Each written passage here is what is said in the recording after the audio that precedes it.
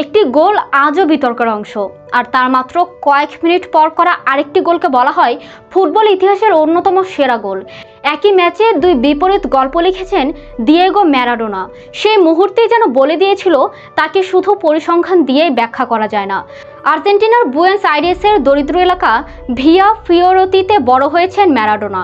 ছোট একটি বাড়ি, সীমিত সুযোগ আর ফুটবলের প্রতি অদম্য ভালোবাসা, এটি ছিল তার শৈশব। খুব অল্প বয়সেই বল যেন তার পায়ের ভাষা বুঝতে শিখেছিল। পরিবারকে বদলে দেওয়ার স্বপ্ন নিয়ে তিনি মাঠে নামতেন, আর প্রতিটি ম্যাচে সেই স্বপ্ন আরও বড় হয়ে উঠত।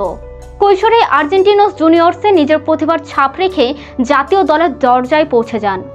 এরপর বোকা জুনিয়র্স, বার্সেলোনা পেরিয়ে ন্যাপোলিতে যোগ দেওয়াই হয়ে ওঠে তার ক্যারিয়ারের সবচেয়ে বড় মোড়।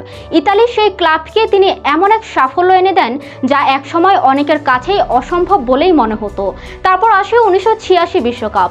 ইংল্যান্ডের বিপক্ষে হ্যান্ড অফ গড গোল যেমন বিতর্ক তৈরি করেছিল, তেমনি কয়েক মুহূর্ত পর 5 জনকে কাটিয়ে করা তার গোল ফুটবল ইতিহাসে স্থায়ী জায়গা করে নেয়।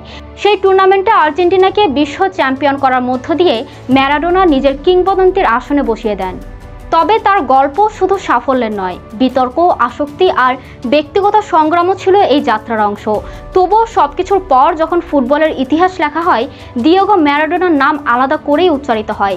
কারণ কিছু খেলোয়াড় ট্রফি জেতেন, আর কিছু মানুষ পুরো একটি প্রজন্মের কাছে ফুটবলকে নতুন করে সংজ্ঞায়িত করে যান।